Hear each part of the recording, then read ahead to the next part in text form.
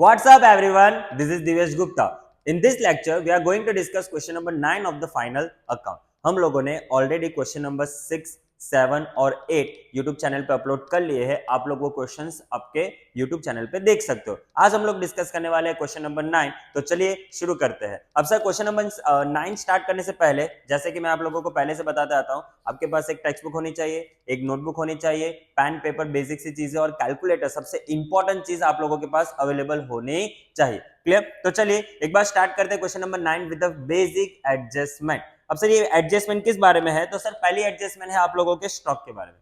अब sir stock closing stock के बारे में है। हम लोगों ने शायद तक नोट्स में क्लोजिंग स्टॉक की एडजस्टमेंट के बारे में पहले से ही डिस्कस करके रखा हुआ है कि क्लोजिंग स्टॉक की एडजस्टमेंट कहां पे आती है और कैसे आती है। फिर भी एक बार क्लोजिंग स्टॉक की वैल्यू के बारे में इस लेक्चर में हम लोग डिस्कस करते हैं ताकि आप लोगों को और अच्छी तरीके से समझ में आए। अब सर क्लोजिंग स्टॉक की एडजस्टमेंट के लिए मैं पहले आप लोगों को मतलब सिंपल सी बात है हमारे वर्किंग नोट पे लेके चला जाता हूँ। तो वर्किंग नोट कहाँ पे है? वर्किंग नोट यहाँ पे हम लोग वर्किंग नोट कर लेते हैं। अब सर वर्किंग नोट, एक ही मिनट। अब working note, sir working note number 1 and which is about the closing stock. अब सर क्या कह रहा है इस क्वेश्चन में? सर लिखा कुछ ऐसा है, stock as on 31/3/2015 is ₹2,02,000 out of which 2,000 of the stock was for the advertisement goods and for the remaining stock the market value is 30%, stock is 20% more and the market value of 30% stock is 20% less। Sir थोड़ा सा complicated है but कोई बात नहीं, एक बार हम लोग समझने की कोशिश करते हैं। सर आपका टोटल क्लोजिंग स्टॉक कितने का है? तो सर 2,02,000 का आपका टोटल क्लोजिंग स्टॉक है। क्लियर? अब सर इसमें से 2,000 का जो स्टॉक है वो कौन सा है आप लोगों का? एडवर्टीजमेंट का। अब सर एक बात समझ के रखना, जो आपका क्लोजिंग स्टॉक होता है, जो आपका क्लोजिंग स्टॉक होता है वो always and always raw material का होना चाहिए। किसका होना चाहिए? रॉ मटेरियल का। अब सर यहाँ पे क्वेश्चन में लिख के रखा है कि 2,02,000 का जो आपका टोटल क्लोजिंग स्टॉक है उसमें से 2,000 का क्लोजिंग स्टॉक किसका है? एडवर्टीजमेंट पर्पस का है। तो इसको हम लोग क्या कर देंगे? यहां से माइनस कर देंगे। एडवर्टीजमेंट स्टॉक, इसको हम लोग यहां से क्या कर देंगे? माइनस कर देंगे। अब आपका टोटल क्लोजिंग स्टॉक कितना है? तो सर 2 लाख रुपए का। टोटल क्लोजिंग स्टॉक कितने का है? तो सर 2 लाख रुपए का। अब सर इसमें और बाइफिकेशन है। क्या बाइफिकेशन है sir? And for the remaining stock the market value is 30%, market value of 30% stock is 20% मोर। मतलब सर यहां पे हम लोग इसको थोड़ा सा फ्लो चार्ट वाइज डिस्कस करने की कोशिश करेंगे। सर 30% स्टॉक मतलब ये 2 लाख का 30% कितना होता है? तो सर 60,000।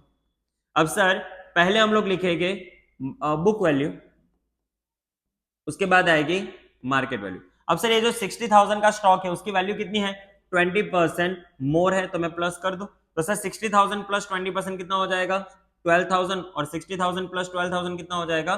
72,000। इन शॉर्ट अगर मैं 60,000 में 20% को ऐड करता हूं तो उसकी वैल्यू कितनी आ जाती है? 72,000 रुपीज आ जाती है। क्लियर? अब उसके बाद क्या लिखा हुआ है? Market value of 30% stock is 20% less. मतलब यहां पे और 30% हम लोग निकालेंगे। करो 2 लाख का 30% कितना होता है? तो सर 60,000। अब इसकी वैल्यू कितनी है? तो सर 20% लेस है। मतलब अगर 60,000 में से मैं 20% को मैं माइनस करूंगा तो मेरी वैल्यू कितनी आ जाएगी? 48,000 रुपीज। उसके बाद क्या लिखा हुआ है? Whereas the remaining stock need to be a repair at the expense of 5,000। अब सर रिमेनिंग स्टॉक पता कैसे चलेगा? तो चलो यहां पे ध्यान दो। 2 लाख में से 60,000 एंड 60,000 को मैं अगर माइनस कर दूंगा तो मेरा रिमेनिंग कितना हो जाएगा? 80,000 रुपीज। एक ये तरीका है। दूसरा तरीका, 2 लाख में से 60% को अगर मैं माइनस कर दूं तो बचेगा कितना? 40%। तो सर 2 लाख का 40% कितना होता है? 80,000। अब सर इसमें रिपेयरिंग एक्सपेंस कितने का रिक्वायर है? 5,000 का। तो ये जो रिपेयरिंग एक्सपेंस है उसको हम लोग क्या कर देंगे? यहां से माइनस कर देंगे। सर क्यों माइनस किया? क्योंकि रिपेयरिंग एक्सपेंस रिक्वायर है, जरूरी है, अभी तक किया नहीं है, इसलिए जितने का रिपेयरिंग एक्सपेंस है उसको हमें क्या कर देना होता है? माइनस कर देना होता है। तो आपके क्लोजिंग स्टॉक की वैल्यू कितनी आ गई? 75,000 रुपीज आ गई। अब सर सिंपल सी बात है, मैंने आप लोगों को समझाया था कि बुक वैल्यू और मार्केट वैल्यू इन दोनों में से हमें कौन सी वैल्यू लेनी है? Which ever is lower. ये विच एवर इज लोअर का सिंबल है। क्लियर? अब चलो यहां पे ध्यान दो। बुक वैल्यू है 60,000, मार्केट वैल्यू है 72,000। इन दोनों में से कम कौन सी है? 60,000। तो इसको हम लोग सिलेक्ट करेंगे। बुक वैल्यू है 60,000, मार्केट वैल्यू है 48,000। किसको सिलेक्ट करें? 48,000 को। सर बुक वैल्यू है 80,000, मार्केट वैल्यू है 75,000। किसको सिलेक्ट करें? तो सर ये 75,000 को सिलेक्ट करें। अब सर मैं कैलसी पे इन सबको टोटल कर देता हूं, तो सर 60,000 प्लस 48,000 प्लस 75,000, तो आपकी टोटल वैल्यू कितनी आ गई 1,83,000 रुपीज। तो सर ये 1,83,000 आपकी किसकी वैल्यू आ गई, क्लोजिंग स्टॉक की वैल्यू आ गई है। अब सर हमें सबको पता है कि क्लोजिंग स्टॉक की इफेक्ट जो है वो कहां पे आएगी, तो सर जब एडजस्टमेंट होगा तब उसकी दो जगह पे इफेक्ट आएगी। क्लोजिंग स्टॉक में जब एडजस्टमेंट होती है तो उसकी दो जगह पे इफेक्ट आएगी। एक कहां पे आएगा, तो सर आपके ट्रेडिंग अकाउंट के क्रेडिट साइड में। तो चलो पहले यहां पे जाके लिख दे, यहां पे बाय क्लोजिंग स्टॉक और जिसकी वैल्यू कितनी है, सो 1,83,000। अब सर आपने एक इफेक्ट तो दे दिया, अब दूसरी इफेक्ट कहां पे आएगी, तो बैलेंस शीट की असेट साइड में। कहां पे आएगी, बैलेंस शीट की असेट साइड में। तो चलो बैलेंस शीट के पास जाते हैं हम लोग, बैलेंस शीट यहां पे आपकी बैलेंस शीट की असेट साइड में जाके हम लोग लिख देते हैं क्लोजिंग स्टॉक कि जिसकी वैल्यू कितनी है 1,83,000 रुपीज। क्लियर सर, क्या एडजस्टमेंट खत्म हो गया, नहीं अभी तक ये एडजस्टमेंट खत्म नहीं हुआ। अब सर इस एडजस्टमेंट में क्या करना बाकी है, अब सर पहले आप लोगों को देके रखा हुआ है कि 2000 का जो स्टॉक है वो कौन सा स्टॉक है, एडवर्टीजमेंट पर्पस का स्टॉक है। अब सर एक एग्जांपल लेके चलते हैं, मतलब इस एग्जांपल को ध्यान से सब लोग समझने की कोशिश करना। सर मैंने इस साल के इनिशियल में, मतलब साल के शुरुआत में 10,000 रुपए का एडवर्टीजमेंट खर्चा करके रखा हुआ था। मतलब कोई पैम्पलेट छपवा के रखे हुए थे या तो कोई भी ऐसी चीज छपवा के रखी हुई थी कि जिसको मुझे एडवर्टीजमेंट पर्पस के लिए यूज करना है। ईयर एंड हुआ और 2000 का स्टॉक अभी का अभी ऐसे का ऐसे ही पड़ा हुआ है। तो एक बात सोचो, मैंने ईयर के स्टार्टिंग में 10,000 का खर्चा किया हुआ था एडवर्टीजमेंट के पीछे, उसमें से अभी भी 2000 का जो गुड्स है वो मेरे पास अभी का ऐसा ही पड़ा हुआ है। तो मैं ऐसा कह सकता हूं कि मैंने पूरे के पूरे साल में 8,000 रुपए का खर्चा करके रखा है, मतलब 8,000 के पैम्पलेट डिस्ट्रीब्यूट करके रखे हैं, 8,000 रुपए के सैंपल डिस्ट्रीब्यूट करके रखे, ऐसा मैं कह सकता हूं, यस ऑफ कोर्स कह सकते हैं। तो ये जो आपका 10,000 का खर्चा है उसमें से आपने 2,000 को क्या कर दिया, माइनस कर दिया। 2,000 को क्या कर दिया है, माइनस कर दिया। दैट मींस कि ये जो आप लोगों का एडवर्टीजमेंट का क्लोजिंग स्टॉक है उसको आपको एडवर्टीजमेंट में से क्या करना पड़ेगा, माइनस करना पड़ेगा। क्या करना पड़ेगा, माइनस करना पड़ेगा। तो चलो एक बार ढूंढते हैं एडवर्टीजमेंट। एडवर्टीजमेंट का खर्चा कितना है आपका, तो एडवर्टीजमेंट का खर्चा 10,000 रुपए का देके रखा है। अब सर एडवर्टीजमेंट हमें सबको पता है कि कहां पे आता है, तो एडवर्टीजमेंट आता है आप लोगों के प्रॉफिट एंड लॉस अकाउंट। तो यहां पे जाके मैं लिख दूंगा to advertisement expense 10,000 minus minus क्या कर देंगे, closing stock.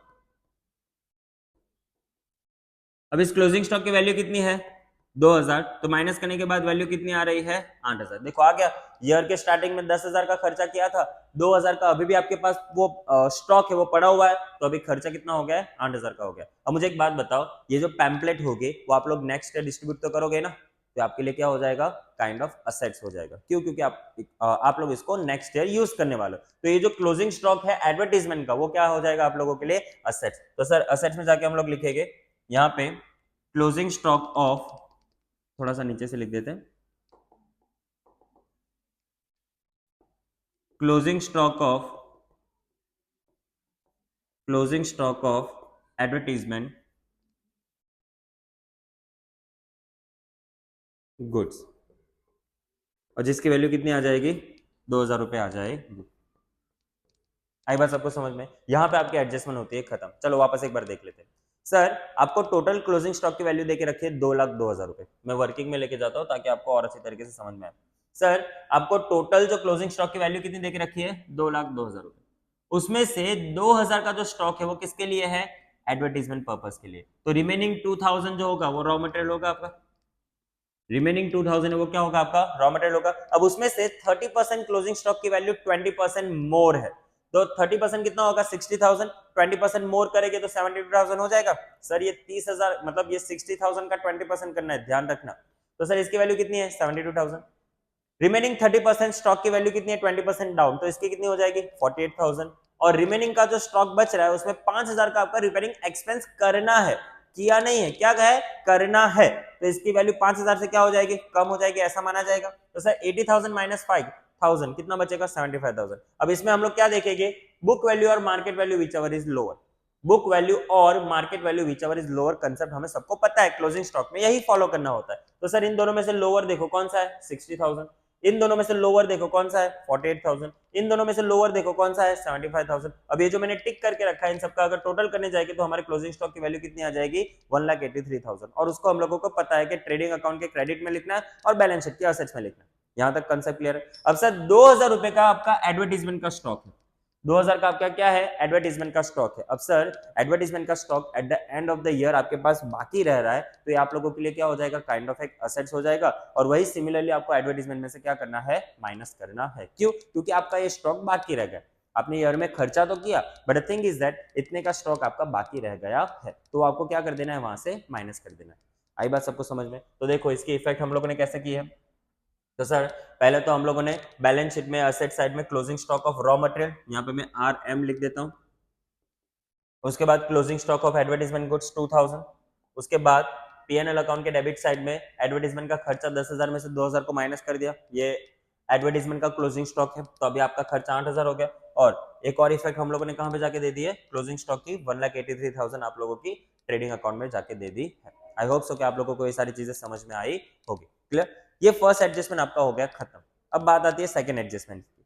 Goods of ₹7,500 given as a advertisement, goods of ₹7,500 given as an advertisement. Sir क्या देके रखा है, गुड्स। याद करो क्वेश्चन नंबर 6 में हम लोगों ने ऐसा किया था कि आपका जो गुड्स है वो बिजनेस से दो पर्पज से जाता है। कितने पर्पज से जाता है, दो पर्पज से। पहला क्या होगा, सेल किया, तो उसको हम लोग सेल में लिख देंगे। दूसरा क्या होगा कि आप लोगों ने अदर देन सेल किया है, क्या किया हुआ है, अदर देन सेल। तो जब अदर देन सेल होगा तो वो कहां से माइनस होगा, आपके परचेज में से माइनस होगा। तो मुझे एक बात बताओ, यहाँ पे आपने एडवर्टीजमेंट के लिए गुड्स को दे के रखा हुआ है, किसके लिए देके रखा है, एडवर्टीजमेंट के लिए, तो ये सर परचेस में से माइनस होगा कि नहीं होगा। तो चलो एक बार परचेस में से हम लोग ढूंढते हैं, परचेस की वैल्यू क्या है, अच्छा ट्रेडिंग अकाउंट ही है। परचेस की वैल्यू आपको देके रखी है 3,24,900 रुपीज। सर डेबिट की वैल्यू परचेस की होती है, तो यहाँ पे परचेस 3,24,900 रुपीज। अब इसमें से हम लोग माइनस कर देंगे लेस गिवन फॉर एडवर्टीजमेंट। कितने का गुड्स देके रखा है, 7,500 का, तो यहां से माइनस कर देंगे। अब मुझे एक बात बताओ, आपने 7,500 का गुड्स एडवर्टीजमेंट के लिए देके रखा है, तो सिंपल सी बात है कि एडवर्टीजमेंट का खर्चा बढ़ रहा है कि नहीं बढ़ रहा है। पहले एडवर्टीजमेंट का खर्चा जो था उसमें आपने 7,500 का गुड्स और ऐड कर दिया, तो आपका एडवर्टीजमेंट का खर्चा क्या हो जाएगा, इंक्रीज हो जाएगा। तो सर यहां पे जाके हम लोग लिख देंगे एडवर्टीजमेंट में प्लस एडिशन। कितने का एडिशन हो रहा है, 7,500 रुपए का एडिशन हो रहा है। तो यहाँ पे जाके एडजस्टमेंट भी आपकी हो जाती है खत्म। आई बात सबको समझ में। सर हम लोगों ने ये सेम इफेक्ट क्वेश्चन नंबर 6 में भी देखी हुई थी। क्वेश्चन नंबर 6 में क्या था कि अगर आप लोगों ने गुड्स को एडवर्टीजमेंट पर्पस के लिए देके रखा है, तो उसको हम लोग क्या करेंगे, एडवर्टीजमेंट में से माइनस कर देंगे, और उसकी सेकंड इफेक्ट क्या हो जाएगी, एडवर्टीजमेंट के खर्चे में प्लस कर देंगे। आई एम सॉरी, परचेज में से माइनस कर देंगे और एडवर्टीजमेंट में क्या कर देंगे, उसको प्लस कर देंगे। आई होप सो कि आप लोगों को एडजस्टमेंट समझ में आई होगी। Now next adjustment, credit sales of ₹10,000 wrongly recorded as a credit purchase। अब ये सर थोड़ी सी दिक्कत की बात है, आपने करके रखा था सेल, बट गलती से आपने रिकॉर्ड कर दिया कहां पे, परचेज में से। अब गलती से कहां पे रिकॉर्ड कर दिया है, परचेज में से, तो परचेज में से आपको क्या करना पड़ेगा, माइनस करना पड़ेगा, और सेल्स में आपको क्या करना पड़ेगा, प्लस करना पड़ेगा। तो चलो कर देते हैं। सर यार एक ही मिनट,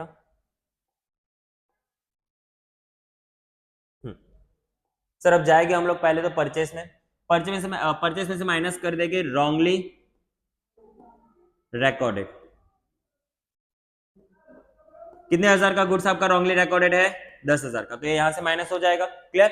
अब आप लोगों ने अगर परचेज में से कोई भी चीज माइनस करके रखी है, तो सोचो एक बार सिमिलरली आपको कहां से माइनस करना पड़ेगा, सर सिमिलरली आपको माइनस करना पड़ेगा क्रेडिटर्स में से। कहां से माइनस करना पड़ेगा, क्रेडिटर्स में से। तो चलो क्रेडिटर्स के पास जाते हैं। क्रेडिटर्स आपका रिकॉर्ड होता है बैलेंस शीट की लायबिलिटी साइड में। तो क्रेडिटर्स की वैल्यू कितनी है, तो सर क्रेडिटर्स की वैल्यू है 1,65,000 रुपीज। तो यहाँ पे जाके हम लोग लिखेंगे क्रेडिटर्स 1,65,000 माइनस wrongly recorded 10,000 रुपए। क्लियर। अब ये तो आप लोगों ने गलती को सुधारा, बट प्रॉपर जहां पे आपको रखना था, दैट मींस कि आपने सेल किया हुआ था ना, तो सेल में जाके प्लस भी तो करना है ना। आपने परचेज में से माइनस कर दिया, बट सेल्स में अब आपको प्लस भी तो करना पड़ेगा ना। तो चलो कर देते हैं सेल्स में प्लस। अब सर सेल्स आपका कहां पे है, तो सर सेल्स आपका रिकॉर्ड होगा ट्रेडिंग अकाउंट के क्रेडिट साइड में। तो यहाँ पे जाके हम लोग लिख देंगे बाय सेल्स। अब देखो सेल्स की वैल्यू कितनी देके रखी हुई है, तो सर सेल्स की वैल्यू देके रखी है 8,80,000। सेल्स की वैल्यू कितनी देके रखी है, 8,80,000। अब उसमें प्लस कर देंगे अन रिकॉर्डेड क्रेडिट सेल्स और जिसकी वैल्यू कितनी है 10,000। अब ध्यान मतलब याद करो कि अगर हम लोग सेल्स में कुछ प्लस करेंगे तो सिमिलरली हमें दूसरी कहां पे जाके प्लस करना पड़ेगा, आपके डेटर्स में जाके प्लस करना पड़ेगा। कहां पे प्लस करना पड़ेगा, डेटर्स में जाके प्लस करना पड़ेगा। तो सर डेटर्स की वैल्यू आपके बैलेंस शीट में रिकॉर्ड होगी, तो बैलेंस शीट में जाके हम लोग डेटर्स की वैल्यू देखेंगे 2,20,000। तो यहां पे जाके मैं लिखूंगा, यहां पे जाके हम लोग लिख देंगे debtors 2,20,000 plus unrecorded credit sales 10,000। तो टोटल कितना हो जाएगा 2,30,000 रुपीज। कितना वैल्यू हो जाएगा 2,30,000 रुपीज। इसकी थोड़े से मैं चेंज कर देता हूं। हाँ, अब उसके बाद क्या लिख के रखा हुआ है, sir write off 30,000 as an bad debt from the debtors and provide 10% bad debt reserve. अब सर सिंपल सी बात है, हम लोगों ने बहुत सारे सम्स में ये सारी चीजें ऑलरेडी करके रखी हुई है, तो यहाँ पे आप लोगों का कॉन्सेप्ट जो है वो क्लियर होगा इसके रिगार्डिंग का। यहां से हम लोग माइनस करेंगे बैड डेट। बैड डेट क्या लिखेंगे, एडजस्टमेंट। कितने का बैड डेट है, तो सर 30,000 का। माइनस करने के बाद वैल्यू क्या आएगी, तो 2 लाख रुपए की वैल्यू आएगी। उसमें से हम लोग माइनस कर देंगे बैड डेट रिजर्व, वो भी कौन सा है, एडजस्टमेंट वाला। सर बैड डेट रिजर्व कितना परसेंट बोला है हमें, 10%। तो सर 2 लाख का 10% कितना हो जाएगा 20,000 रुपीज। अब इसको माइनस करने के बाद आउटर वैल्यू कितनी हो जाएगी 1,80,000। अब सर हमें इसकी सेकंड इफेक्ट पता है, सोचो इसकी सेकंड इफेक्ट क्या आएगी, तो वो वही ना, trial balance adjustment, adjustment trial balance. और बहुत सारी जगह पे ऐसा भी कहा जाता है ओल्ड न्यू, न्यू ओल्ड। आपको जो सही लगे वो कर सकते हो, इसमें कोई भी पाबंदी नहीं है। तो यहां पे जाके मैं लिखूंगा पहले bad debt trial balance, bad debt adjustment, bad debt reserve adjustment, और एक लाइन को छोड़ के माइनस कर दूंगा bad debt reserve trial balance. अब देखो आपको बैड डेट ट्रायल बैलेंस में कितना देके रखा है, तो बैड डेट ट्रायल बैलेंस में देके रखा है 33,000। बैड डेट ट्रायल बैलेंस में कितना देके रखा है 33,000। बैड डेट एडजस्टमेंट में कितना आया, तो सर 30,000 का। बैड डेट रिजर्व एडजस्टमेंट में कितना आया, तो सर 20,000 का। वेट एक बार चेक कर लेते हैं, 20,000 है ना, तो सर अमाउंट है यस 20,000 रुपीज। अब उसके बाद क्या है, तो sir bad debt reserve trial balance. अब bad debt reserve trial balance कितना देके रखा है, तो 49,500। अब सर इनको अगर मैं प्लस करूं तो 50,000 एंड 83,000 हो जाएगा। अब 83,000 में से ये 49,500 को मैं क्या कर दूंगा, माइनस कर दूंगा। तो 83,000 माइनस 49,500, तो वैल्यू कितनी आ जाएगी आपकी 33,500 रुपीज। क्या वैल्यू आ जाएगी 33,500 रुपीज। तो सर इसी के साथ आपकी बैड डेट की जो एडजस्टमेंट है वो भी क्या होती है, समाप्त होती है। सर ध्यान रखना ये बैड डेट की एडजस्टमेंट आपको हर एक सम में सिमिलरली देखने को मिलेगी, तो इसको आपको गलती से भी नहीं भूलना है। इवन ये सेम एडजस्टमेंट आपको 12th में भी आने वाली है, तो आपको ये सब कुछ ध्यान में रखना है। आई बात सबको समझ में, चलो आगे बढ़ते हैं। उसके बाद एक calculate 10% interest on capital and 6% interest on drawings. अब सर यहाँ पे ध्यान दो, इंटरेस्ट ऑन कैपिटल और इंटरेस्ट ऑन ड्राइंग के बारे में पहले हम लोग समझने की कोशिश करते हैं कि क्या होता है। इसको एक बार ध्यान से समझना।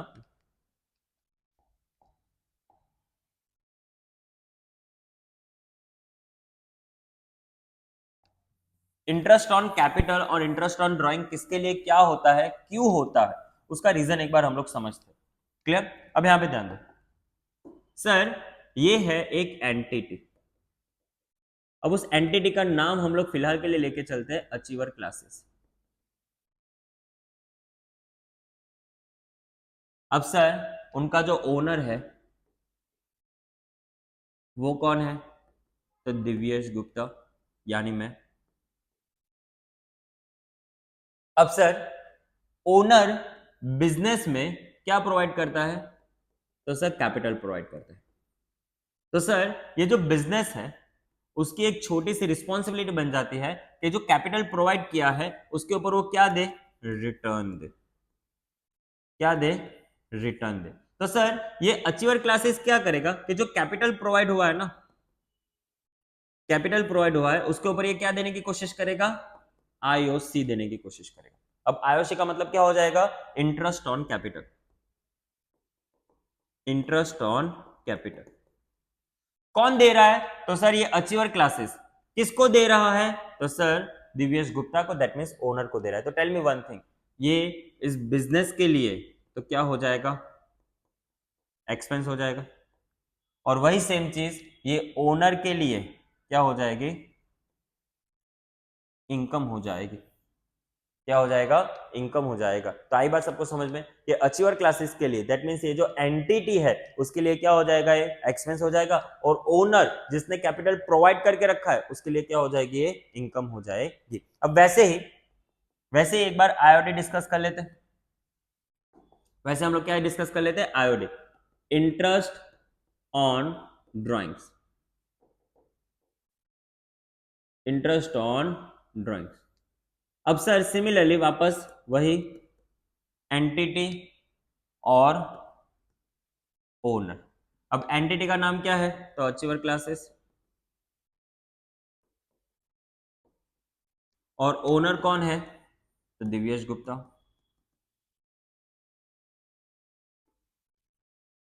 अब सर एंटिटी जो है वो ओनर को क्या कर रही है? ड्राइंग्स दे रही है। हमने ड्राइंग्स के बारे में यही सीखा है ना कि जब ओनर बिजनेस से कुछ पर्सनल पर्पस के लिए पैसा विड्रॉ करता है तो उसको हम लोग क्या कहते हैं? ड्राइंग्स कहते हैं। अब सिंपल सी बात है कि जो ओनर है दिवेश गुप्ता जो है उसको पैसा मिल रहा है, तो ये दिवेश गुप्ता क्या करेगा? आईओडी जो है वो किसको पे करेगा? अचीवर क्लासेस को पे करेगा। तो दिव्येश गुप्ता के लिए ये जो आईओडी है वो क्या हो जाएगा? काइंड ऑफ एक एक्सपेंस हो जाएगा। और उसी जगह पे achiever classes that is entity को ये पैसा मिल रहा है तो उसके लिए क्या हो जाएगी? ये इनकम हो जाएगी। आई बात सबको समझ में? तो ये आईओडी और आईओसी का कॉन्सेप्ट आप लोगों को क्लियर हो गया?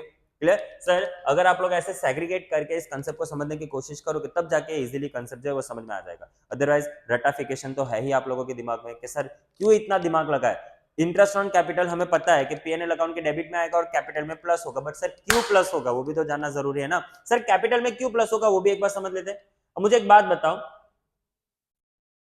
अचीवर क्लासेस के लिए खर्चा है इसलिए समझ में आता है कि वो पीएनएल अकाउंट के डेबिट में हो जाएगा, बट सर ये ओनर के लिए तो ये इनकम है ना, तो इनकम वो कहां पे रिकॉर्ड करेगा? तो इनकम क्या करेगा? वो अपने कैपिटल में ऐड ऑन कर देगा।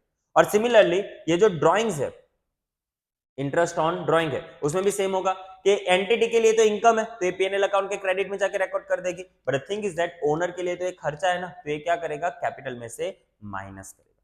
क्या करेगा? कैपिटल में से माइनस करेगा। देखो इसकी इफेक्ट कहां पे आएगी? तो इसकी इफेक्ट थोड़ा सा इस साइड ले लेता हूं तो आप लोगों को दिखे।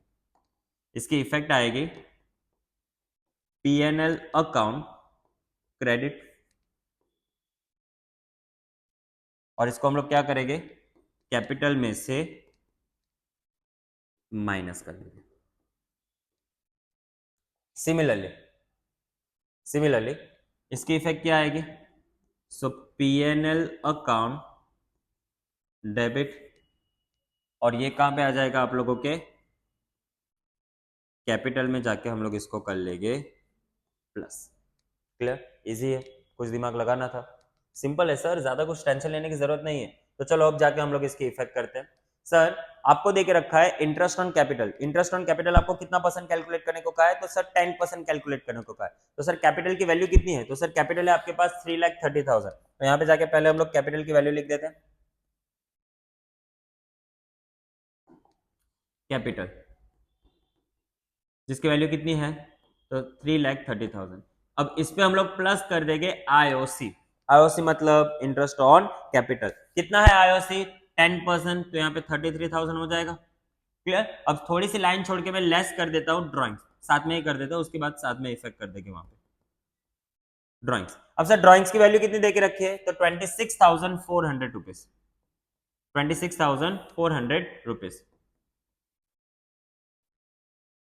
Drawings, 26,400 rupees. अब उसमें हम लोग रिकॉर्ड कर देंगे आईओडी।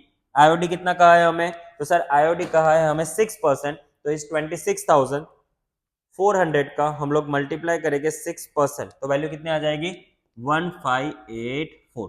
क्या वैल्यू आ जाएगी? 1584। अब देखो इंटरेस्ट ऑन कैपिटल कितना है? 33,000 का, तो उसकी इफेक्ट हम लोग पीएनएल अकाउंट के डेबिट में जाके करेंगे, क्योंकि ये तो एंटिटी के लिए क्या है? खर्चा है। तो यहाँ पे जाके हम लोग लिख देंगे टू आईओसी, और वैल्यू कितनी आ जाएगी? 33,000। और वही जगह पे आईओडी जो है वो फर्म के लिए क्या है? इनकम। तो यहाँ पे जाके हम लोग लिख देंगे बाय आईओडी, और जिसकी वैल्यू कितनी होगी? सो 1584। तो ये हो गए इंटरेस्ट ऑन कैपिटल और इंटरेस्ट ऑन ड्राइंग की इफेक्ट। अब उसके बाद जाके हम लोग करते हैं last adjustment, which is about the depreciation. Now calculate depreciation at 10% on the fixed assets as per the straight line method. Sir आप लोगों ने question number chapter number 2 depreciation में देखा होगा कि स्ट्रेट लाइन मेथड और रिटर्न डाउन वैल्यू मेथड और दोनों में क्या फर्क होता है. रिटर्न डाउन वैल्यू मेथड जो होता है वो ऑलवेज बुक वैल्यू पे कैलकुलेट होता है. दैट मींस डेप्रिसिएशन माइनस करने के बाद जो वैल्यू आती है उसके ऊपर कैलकुलेट होता है, जिसको हम लोग नेट वैल्यू भी कह सकते हैं. बट जो स्ट्रेट लाइन मेथड होती है वो किस पे कैलकुलेट होती है? ऑलवेज एंड ऑलवेज उसकी कॉस्ट प्राइस पे. तो यहाँ पे देखो क्या आपको फिक्स एसेट्स की कॉस्ट प्राइस देके रखी है? तो हाँ सर, कितनी है? 6 लाख रुपए. तो सर यहाँ पे हम लोग जाएंगे पीएनएल बैलेंस शीट में असेट साइड में जाएंगे और असेट साइड में जाके पहले हम लोग लिखेंगे फिक्स असेट्स. Fix assets. अब सर यहाँ पे फिक्स असेट्स की वैल्यू कितनी लिखनी है? तो सर फिक्स असेट्स की वैल्यू आपको बुक वैल्यू लिखनी है. और बुक वैल्यू आपको कहां पे देके रखी है? तो सर बुक वैल्यू आप लोगों को यहाँ पे देखो डेबिट में देके रखी है, विच इज 4,80,000. कितनी देके रखी है? 4,80,000. तो यहाँ पे जाके मैं लिख दूंगा 4,80,000. उसमें से हम लोग माइनस करेंगे डेप्रिसिएशन. अब सर ये डेप्रिसिएशन 10% कैलकुलेट तो करना है, बट किसका 10% आएगा सर? तो सर कॉस्ट वैल्यू का. और कॉस्ट वैल्यू देखो यहाँ पे आपको ब्रैकेट बना के देके रखी है, कितनी है? 6 लाख रुपए. तो सर 6 लाख का 10% अगर करोगे तो कितनी अमाउंट आएगी? 60,000. कितनी अमाउंट आएगी? 60,000. तो ये 60,000 को अगर मैं यहाँ से माइनस कर दूं तो आउटर वैल्यू क्या हो जाएगी? 4,20,000 रुपीज. और हमें सबको पता है कि डेप्रिसिएशन की सेकंड इफेक्ट कहां पे आएगी? तो सर डेप्रिसिएशन की सेकंड इफेक्ट आप लोगों को देखने को मिलेगी पीएनएल अकाउंट के डेबिट साइड में. कहां पे देखने को मिलेगी? पीएनएल अकाउंट के डेबिट साइड में. तो सर पीएनएल अकाउंट के डेबिट में हम लोग जाएंगे और लिख देंगे, पीएनएल अकाउंट के डेबिट में जाके हम लोग क्या लिख देंगे? तो टू डेप्री ऑन फिक्स असेट्स, और उसकी वैल्यू क्या आ जाएगी? तो डेप्री ऑन फिक्स असेट्स की वैल्यू आपकी आ जाएगी 60,000 रुपीज. क्या आ जाएगी? 60,000 रुपीज. आई होप सो कि ये सारी की सारी एडजस्टमेंट आप लोगों को समझ में आई होगी. अब सर हमारा क्या काम रह गया? तो सर ट्रायल बैलेंस की जितनी भी इफेक्ट है उसको हमें ट्रांसफर करना है. तो चलो पहले तो पेन का कलर चेंज कर ले. अब सर पहले आपको देके रखा है drawings and capital. I think so हम लोगों ने ड्राइंग्स एंड कैपिटल दोनों को लिख दिया, क्योंकि आईओडी और आईसी को कैलकुलेट करना था तो हम लोगों ने दोनों को लिख दिया. उसके बाद है परचेज एंड सेल्स, हमने उसको भी लिख दिया. क्यों? क्योंकि एक एडजस्टमेंट थी इसके रिगार्डिंग की. तो देखो परचेज एंड सेल हम लोगों ने लिख दिया यहाँ पे. उसके बाद है गुड्स रिटर्न. अब सर एक गुड्स रिटर्न हम लोगों ने पहले क्वेश्चन में भी देखा था, यहां से हम लोग माइनस कर देंगे क्या? Purchase return. अब सर परचेस रिटर्न की वैल्यू क्या है? तो सर हमें क्रेडिट की वैल्यू देखनी है. इसकी वैल्यू देखनी है क्रेडिट की. क्यों? क्योंकि परचेस रिटर्न के थ्रू आपके पास से गुड्स जा रहा है. तो सर याद करो आपका रियल अकाउंट का रूल, गोल्डन रूल्स थे ना, उसमें रियल अकाउंट का रूल क्या कहता था? Debit what comes in, credit what goes out. कि अगर आपका गुड्स जा रहा है तो उसको कहां पे रिकॉर्ड करना है? हमें क्रेडिट में. तो सर परचेस रिटर्न के थ्रू आपका गुड्स जा ही रहा है ना, तो उसको हम लोग कहां पे रिकॉर्ड करेंगे? क्रेडिट में. तो यहाँ पे हमें ऑलवेज क्रेडिट की वैल्यू को ध्यान में रखना है परचेस रिटर्न के लिए. तो सर परचेस रिटर्न के लिए क्रेडिट की वैल्यू आपको कितनी देके रखी है? 22,000. यहाँ से 22,000 को माइनस कर देंगे. वैसे ही सिमिलरली सेल्स रिटर्न क्या होगा? यहाँ से माइनस होगा.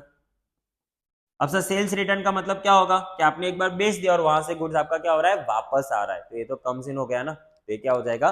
डेबिट हो जाएगा. सर कितनी वैल्यू है? 88,000 रुपीज. ओके, इन दोनों वैल्यू को हमें माइनस करना है, ध्यान रखना. यहाँ पे मैं ब्रैकेट बना देता हूँ. उसके बाद है provident fund and contribution to the provident fund. अब सर इसको डिस्कस करने के लिए मैं थोड़ा सा आप लोगों को वर्किंग नोट पे लेके जाता हूँ, क्योंकि आपको ये समझ में आना चाहिए कि प्रोविडेंट फंड आखिरकार है क्या. क्योंकि अगर प्रोविडेंट फंड आपको समझ में नहीं आएगा तो शायद तक चीजें आप लोगों के लिए थोड़ी सी कॉम्प्लिकेट हो सकती है. तो पहले हम लोग समझते हैं पीएफ का मतलब क्या होता है. Sir PF, working note number 3, PF that is called provident fund. अब सर प्रोविडेंट फंड क्या होता है? तो प्रोविडेंट फंड होता है एम्प्लॉयज का रिटायरमेंट बेनिफिट फंड. मतलब सर जब आप काम कर रहे हो, जब आप कहीं पे कोई काम कर रहे हो, एज एन एम्प्लॉयमेंट में काम कर रहे हो, तो वहां पे आपकी सैलरी में से कुछ अमाउंट क्या होगी? डिडक्ट हो जाएगी. किसके लिए? तो आपके रिटायरमेंट के बेनिफिट के लिए. कि जब आप रिटायर हो गए, तब सिंपल सी बात है, आप रिटायर हो गए आराम से 50 टू 55 की एज पे जब रिटायर हो गए, तब शायद तक आपकी उतनी हिम्मत नहीं होगी या तो ताकत नहीं हो पाएगी कि जिसके थ्रू आप लोग काम कर सके, आपकी इतनी स्ट्रेंथ नहीं होगी। तो ऐसे मामलों में सिंपल से आप लोग घर पे बैठे बैठे भी कहीं ना कहीं से कोई ना कोई तो इनकम आनी चाहिए ना। तो कौन सी इनकम आती है? आपकी पीएफ की इनकम आती है। अब से सिंपल से एक बात है कि मैं एक स्कूल में काम कर रहा था, मैं उस स्कूल का नाम नहीं लेना चाहूंगा, बट एक स्कूल में काम कर रहा था। अब उस स्कूल का क्या नियम था, मैं यहाँ पे ले लेता हूँ स्कूल का, XYZ स्कूल, XYZ स्कूल। मैं स्कूल का नाम रिवील नहीं कर सकता, और ये रहा मैं। अब मैं अपना नाम तो रिवील कर ही सकता हूं ना। अब सर मेरी सैलरी में से एवरी मंथ 1800 रुपीज कट होते। अच्छा, अब 18 मंथ का भी एक क्राइटेरिया है, वो क्राइटेरिया आपको जानने की जरूरत नहीं है, बट 18 मंथ का एक क्राइटेरिया है, क्योंकि तकरीबन 12% का कैलकुलेशन होता है। क्लियर? 12% का कैलकुलेशन उसके अकॉर्डिंगली होता है, बट वो आपको जाने की ऐसी जरूरत नहीं है, आपको सिर्फ इतना देखना है 1800 रुपीज आता है। अब वो 1800 एक पीएफ का अकाउंट है, उसके अंदर मेरे 1800 रुपीज आएंगे, और ये जो स्कूल है वो भी क्या करेगी, सेम अमाउंट कंट्रीब्यूट करेगी। कितना? 1800 रुपीज। क्लियर? तो सर 1800 और 1800 टोटल कितना हो गया?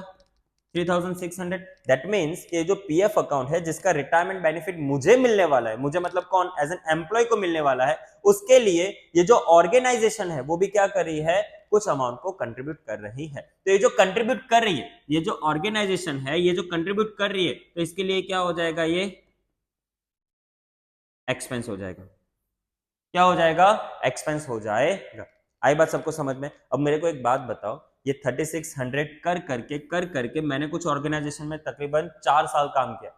कितने साल काम किया है? 4 साल काम किया है। तो सर 4 साल के अगर मंथ्स अगर देखने जाएंगे तो 48 मंथ्स हो गए, 48 मंथ्स हो गए। तो अब मुझे एक बात बताओ, 3600 इंटू 48 टोटल मिला के 1,72,800 रुपीज की अमाउंट आ रही है। तो अब ये ऑर्गेनाइजेशन मुझे मेरे रिटायरमेंट के टाइम देगी कि नहीं देगी? मुझे एक बात बताओ, रिटायरमेंट के टाइम देगी कि नहीं देगी? तो ये जो 1,72,800 की जो अमाउंट है वो इस ऑर्गेनाइजेशन के लिए क्या हो जाएगी, ये एक लायबिलिटी हो जाएगी। क्या हो जाएगी? एक लायबिलिटी हो जाएगी। तो सर यहां पे एक बार मैं समरअप कर देता हूं कि ये जो पीएफ है, दैट इज प्रोविडेंट फंड है, वो ऑर्गेनाइजेशन के लिए क्या है, लायबिलिटी है। क्यों? क्योंकि वो रिटायरमेंट के टाइम पे हमें देने वाली है, हमें मतलब कौन, एम्प्लॉय को। बट सर जो उसका कंट्रीब्यूशन है, उसका जो कंट्रीब्यूशन है, कंट्रीब्यूशन टू पीएफ, वो ऑर्गेनाइजेशन के लिए, ऑर्गेनाइजेशन के लिए क्या है, एक खर्चा है। क्या है? एक खर्चा। क्यों? क्योंकि उसको हर मंथ देना है ना। अब सर ये 1800 रुपीज जो ऑर्गेनाइजेशन मेरे अकाउंट में डाल रही है मेरे रिटायरमेंट बेनिफिट का, वो 1800 रुपीज हर महीने डालने वाली।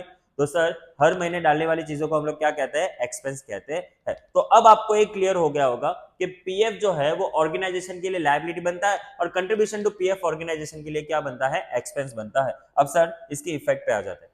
अब सर लायबिलिटी है, लायबिलिटी है तो लायबिलिटी साइड जाके उसको लिखे, तो सर यहां पे जाके मैं लिख दूंगा प्रोविडेंट फंड।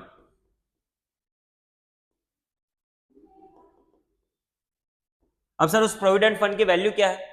तो सर उस प्रोविडेंट फंड की वैल्यू है 1,10,000 रुपए, 1,10,000 रुपए। क्लियर? अब ये जो कंट्रीब्यूशन टू प्रोविडेंट फंड है, क्या है, कंट्रीब्यूशन टू प्रोविडेंट फंड है, वो तो एक खर्चा ही है, वो तो क्या है, एक खर्चा ही है। तो यहां पे जाके हम लोग लिखेंगे कंट्रीब्यूशन टू पीएफ, और उसकी वैल्यू कितनी है? तो देखो डेबिट में वैल्यू आपको देके रखी होगी 11,000 रुपए। तो आप लोगों के लिए क्या हो जाएगा, काइंड ऑफ एक खर्चा हो जाएगा। आई बात सबको समझ में? अब उसके बाद आते हैं प्रोविडेंट फंड इन्वेस्टमेंट। अब मुझे एक बात बताओ, ये जो ऑर्गेनाइजेशन है, अब सिंपल सी बात है, कोई भी ऑर्गेनाइजेशन इतनी तो पागल नहीं होती है। अब ऑर्गेनाइजेशन के पास ये कुछ पैसा पड़ा हुआ है 1,72,800, इस पैसे को ये ऑर्गेनाइजेशन क्या कर देगी, कहीं पे इन्वेस्ट कर देगी, कहीं पे इन्वेस्ट कर देगी। करेगी कि नहीं करेगी? अब अगर इन्वेस्ट कर रही है तो सिंपल सी बात है, इस इन्वेस्टेड अमाउंट पे उनको इंटरेस्ट मिलेगा कि नहीं मिलेगा? पर मुझे एक बात बताओ, ये क्या इंटरेस्ट ऑर्गेनाइजेशन के लिए इनकम होगा? चलो मान लेते हैं कि ये जो इन्वेस्टमेंट है, ये जो इन्वेस्टमेंट है वो इस ऑर्गेनाइजेशन के लिए असेट्स है। क्यों असेट्स है? क्योंकि उस फंड को अगर आपने लायबिलिटी मान के रखा है तो उसके द्वारा इन्वेस्टमेंट की गई अमाउंट को भी आपको क्या करना है? असेट्स मानना है। पर मुझे एक बात बताओ, उसके ऊपर होने वाला जो इंटरेस्ट है वो क्या कोई ऑर्गेनाइजेशन की इनकम है? मतलब ये जो स्कूल है, वो जो बिजनेस कर रही है, उसके थ्रू ये इनकम जनरेट हुई है? तो आंसर इज व्हाट? नो। ये जो इनकम है, ये जो इंटरेस्ट है, वो किसकी इंटरेस्ट है, किसके लिए है? तो सर ये एम्प्लॉय को मिलने वाली है। किसको मिलेगी? ये एम्प्लॉय को मिलेगी। तो ये जो इंटरेस्ट होगा वो किसकी इनकम हो जाएगी? एम्प्लॉय की इनकम हो जाएगी। बट सर एम्प्लॉय का तो कोई हम लोग अकाउंट ही नहीं रेडी करते, तो अब हम लोग क्या करेंगे इसके लिए? चलो मैं यहाँ पे वापस सम अप कर देता हूं। तो इन्वेस्टमेंट ऑफ पीएफ कहां पे रिकॉर्ड कर लेंगे हम लोग? असेट साइड में। क्यों? क्योंकि ये इन्वेस्टमेंट है बिजनेस का, ये क्या हो जाएगा? असेट्स हो जाएगा। बट सर उसके ऊपर मिलने वाली income, that is interest on investment, ये कहां पे हम लोग रिकॉर्ड करेंगे? तो सर इसको हम लोग रिकॉर्ड करेंगे credit side, that means liability side में। और जो फंड है दैट इज पीएफ का जो अमाउंट है, पीएफ का जो अमाउंट है उसमें हमें क्या करना पड़ेगा? उसको प्लस करना पड़ेगा। क्या करना पड़ेगा? प्लस करना पड़ेगा। अब सर इसके हम लोग इफेक्ट कर देते, तो देखो प्रोविडेंट फंड इन्वेस्टमेंट कितना देके रखा है? तो 1,10,000 रुपए का। तो असेट साइड में जाके हम लोग लिखेंगे पी एफ इन्वेस्टमेंट, और उसकी वैल्यू कितनी हो जाएगी? 1,10,000 रुपए। और सर ये जो इन्वेस्टमेंट है जिसकी वैल्यू है, मतलब यहां पे मैं पहले लिख देता हूं पी एफ 1,10,000 रुपए। 1,10,000 है कि 1,00,000 है? हाँ 1,10,000 रुपए। उसमें हम लोग प्लस कर देंगे इंटरेस्ट 8800। अब देखो सर लॉजिक देखो, पीएफ की अमाउंट 1,10,000 और वही सेम अमाउंट आपने क्या करके रखे? इन्वेस्ट करके रखे। मतलब बिजनेस के पास ना ही कोई असेट्स और ना ही कोई लायबिलिटी। बिजनेस ने क्या कर दिया? उसको सेटल कर दिया कि भाई हमें एम्प्लॉय को देना है रिटायरमेंट के टाइम पे, तो हम लोग अपने पास क्यों रखें, उसको इन्वेस्ट कर देते हैं ना। तो उससे मिलने वाली इनकम भी किसकी हो जाएगी? एम्प्लॉय की हो जाएगी। तो सर टोटल कितनी लायबिलिटी हो गई फर्म की? तो 1,18,800 रुपीज। 1,10,000 था, उसमें अगर 8,800 को मैं प्लस कर दूं तो 1,18,800 हो जाएगा। आई बात सबको समझ में? ये आपको ध्यान रखने वाली चीज थी। उसके बाद है डेटर्स एंड क्रेडिटर्स, हो गया। उसके बाद है डिस्काउंट। तो सर डिस्काउंट कहां पे आएगा? तो सर डिस्काउंट में बहुत ही ज्यादा कंफ्यूजन होता है कि सर डिस्काउंट रिसीव कौन सा है और डिस्काउंट अलाउ कौन सा है। सर क्यों कंफ्यूजन रखना, हमें क्या करना है? सिंपल सा दोनों जगह पे जाके डिस्काउंट लिख देना है। तो यहाँ पे जाके हम लोग क्या लिख देंगे? डिस्काउंट। डेबिट की वैल्यू क्या है डिस्काउंट की? तो 50,600। और सिमिलरली क्रेडिट में भी जाके हम लोग क्या लिख देंगे? बाय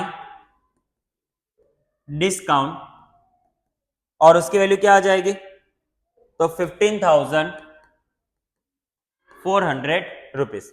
आई बात सबको समझ में? अब उसके बाद है बैड डेब्ट एंड बैड डेब्ट रिजर्व, डन। उसके बाद है बिल्स। अब सर बिल्स में भी काफी कंफ्यूजन होता है। बिल्स में भी क्या होता है? काफी कंफ्यूजन होता है। दैट मींस कि सर कौन सा बिल्स रिसीवेबल होगा और कौन सा बिल्स पेबल होगा। तो हमें क्या करना है? दोनों जगह पे लिख देना है सर। जहां कहीं पे भी कंफ्यूजन हो और दोनों साइड अमाउंट देके रखी हो तो डेबिट और क्रेडिट दोनों साइड जाके लिख दो। तो यहाँ पे जाके हम लोग लिख देंगे बिल्स। अब सर ये है क्रेडिट साइड, तो क्रेडिट साइड की अमाउंट कितनी है? 27,500। यहां पे जाके हम लोग लिख देंगे बिल्स, और डेबिट की अमाउंट कितनी है? तो सर 16,500 रुपीज। अब सर अगर आपके पास नॉलेज है तो आप लोग यहाँ पे बिल्स पेबल लिख सकते हो और यहाँ पे बिल्स रिसीवेबल लिख सकते हो। बट अगर नहीं कुछ दिमाग लगाना है और सिर्फ बिल्स लिखना है तो भी लिख सकते हो, उसमें कोई मार्क्स कट होने वाले नहीं है। उसके बाद आगे बढ़ते हैं। सर आपको देके रखा है गुड स्टॉक और वो भी देके रखा है ओपनिंग डेट का। तो ये कौन सा स्टॉक हो जाएगा आपका? Opening stock. कौन सा स्टॉक हो जाएगा? Opening stock. और हमें सबको पता है कि हमारा जो ओपनिंग स्टॉक है वो कहां पे आता है? आपके ट्रेडिंग अकाउंट के डेबिट साइड में। तो यहाँ पे जाके हम लोग लिख देंगे टू ओपनिंग स्टॉक, और जिसकी वैल्यू कितनी देके रखी हुई है? तो सर ओपनिंग स्टॉक की वैल्यू देके रखी है 88,000 रुपीज। कितनी देके रखी है? 88,000 रुपीज। उसके बाद है डेम्यूरेज, अगेन ट्रेडिंग एक्सपेंस हो जाएगा। तो यहाँ पे जाके हम लोग लिख देंगे डेम्यूरेज, और ये डेमिरेज की वैल्यू कितनी है? तो सर डेमिरेज की वैल्यू है 3,300 रुपीज। उसके बाद आपको देके रखा है carriage inward, again factory expense.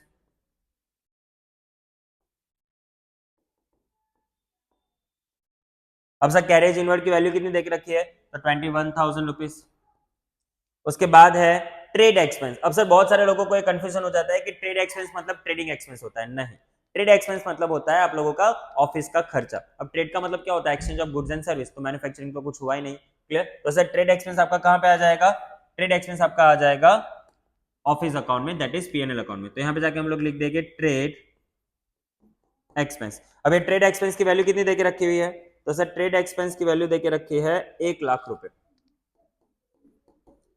Trade expense की वैल्यू कितनी देके रखी है, 1,00,000 रुपए। अब उसके बाद है cash balance. Sir cash balance आप लोगों के लिए क्या हो जाएगा, असेट्स हो जाएगा। तो सर कैश बैलेंस आप लोगों के लिए अगर ये असेट्स हो जाएगा तो यहां पे जाके हम लोग लिख देंगे कैश बैलेंस। अब कैश बैलेंस की वैल्यू कितनी देके रखी है, 10,000 रुपए। उसके बाद है बैंक बैलेंस, तो यहां पे जाके हम लोग लिख देंगे बैंक बैलेंस, जिसकी वैल्यू कितनी है, तो 35,100। अब उसके बाद है फिक्स्ड एसेट्स, तो वो तो आप लोग ने पहले लिख दिया।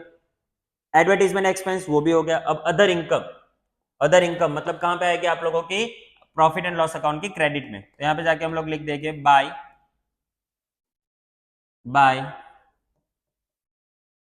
अदर इनकम, तो उसकी वैल्यू कितनी है, तो 19,600 रुपीज। अब इसी के साथ आप लोगों की सारी जो इफेक्ट है और ट्रायल बैलेंस की जितनी भी चीजें वो होती है खत्म। अब हम लोग क्या करेंगे, ट्रेडिंग अकाउंट को क्लोज कर देंगे। अब सर ट्रेडिंग अकाउंट को क्लोज, ट्रेडिंग अकाउंट यहाँ पे ट्रेडिंग अकाउंट। अब सर ट्रेडिंग अकाउंट में हम लोगों ने ऑलरेडी सारी की सारी चीजें ले ली है।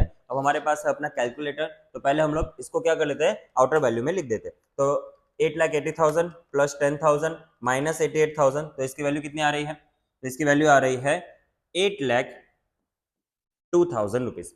अब वैसे ही परचेस की वैल्यू को भी आउटर में ले ले, तो 3,24,900 माइनस 7,500 माइनस 10,000 एंड माइनस 22,000, तो टोटल कितना हो रहा है, तो सर 2,85,400 रुपीज।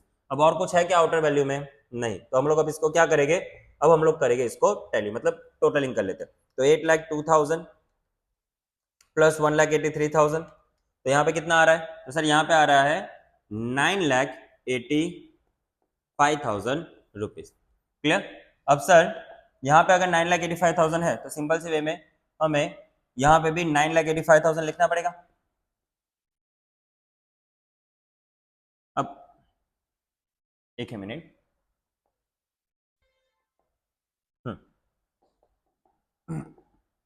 अब इस 9,85,000 में से हमें क्या करना है, सारी की सारी वैल्यू को माइनस करना है। So minus 21,000 minus 3,300 minus 2,85,400 and minus 88,000। तो ये जो हमारा ग्रॉस प्रॉफिट है, कितने का आ गया ग्रॉस प्रॉफिट, तो सर 5,87,300 रुपीज। यहां पे हम लोग क्या लिख देंगे, तो to profit and loss account, और यहां पे जाके हम लोग लिख देंगे ग्रॉस प्रॉफिट। ओके। अब सर ये जो ग्रॉस प्रॉफिट है, ये जो ग्रॉस प्रॉफिट है उसको हम लोग कहां पे ट्रांसफर कर लेंगे, तो सर ये जो ग्रॉस प्रॉफिट है वो आपका ट्रांसफर हो जाएगा प्रॉफिट एंड लॉस अकाउंट में। तो यहां पे जाके हम लोग लिख देंगे बाय ट्रेडिंग अकाउंट, और यहां पे जाके लिख देंगे ग्रॉस प्रॉफिट। तो ग्रॉस प्रॉफिट की वैल्यू कितनी है, सो 5,87,300 रुपीज। अब इस साइड को टोटल कर ले, सो प्लस 1,584 प्लस 1,5400 प्लस 19,600, तो टोटल कितना आ रहा है, थोड़ा सा ऑकवर्ड टोटल है बट चलेगा, क्या दिक्कत है। तो सर 6,23,884 रुपीज। अब अगर इस साइड का टोटल ये है तो यहाँ का भी वही आएगा, तो 6,23,884 rupees, double line single line. अब हम लोग क्या करेंगे, सब कुछ माइनस, तो minus 1,00,000 minus 50,600 minus 11,000 minus 60,000 minus 33,000 minus 33,500 minus कुछ लिखना बाकी रह गया क्या, देखो यहाँ पे इसका टोटल जो है ना वो हम लोगों ने बाहर नहीं लिखा, तो इसका टोटल कितना आ जाएगा 15,500 रुपीज। So minus 15,500 rupees. तो तो आपका टोटल कितना है, मतलब आपका ये जो नेट प्रॉफिट है वो कितना आया है, तो नेट प्रॉफिट आपका बना 3,20,284। अब यहाँ पे हम लोग क्या लिख देंगे, टू नेट प्रॉफिट और ब्रैकेट में क्या लिख देंगे, कैपिटल अकाउंट। ओके, अब ये जो कैपिटल अकाउंट है वो सीधा हम लोग कैपिटल में जाके प्लस कर देंगे। तो कैपिटल में जाके अगर प्लस करें तो यहाँ पे जाके हम लोग लिख देंगे टू नेट प्रॉफिट और अमाउंट 3,20,284। अब इसको प्लस कर दे, सो प्लस 3,30,000 प्लस 33,000, तो टोटल कितना बन रहा है, तो सर 6,83,284 माइनस 26,400 एंड माइनस 1584, तो टोटल कितना बना यहाँ पे, सो 6,55,300 रुपीज। अब हम लोग क्या करेंगे, तो अब हम लोग लाइबिलिटी साइड का टोटल, सो प्लस 11,88,00 प्लस, देखो इसका बाहर निकालना बाकी रह गया, कोई बात नहीं निकाल देते हैं, 1,55,000, सो माइनस सॉरी प्लस आएगा, वेट 6,55,300 प्लस 11,88,00 प्लस 1,55,000 प्लस 27,500, तो टोटल कितना बना बैलेंस शीट का, तो सर टोटल है 9,56,600 रुपीज। अब देखो टोटल थोड़ा सा अच्छा दिख रहा है इसलिए शायद तक टैली हो जाएगा। अब इसमें से हम लोग क्या करेंगे, सारी की सारी वैल्यू को माइनस कर देंगे, so minus 35,100 minus 10,000 minus 16,500 minus 2,000 minus 1,83,000 minus 1,80,000 minus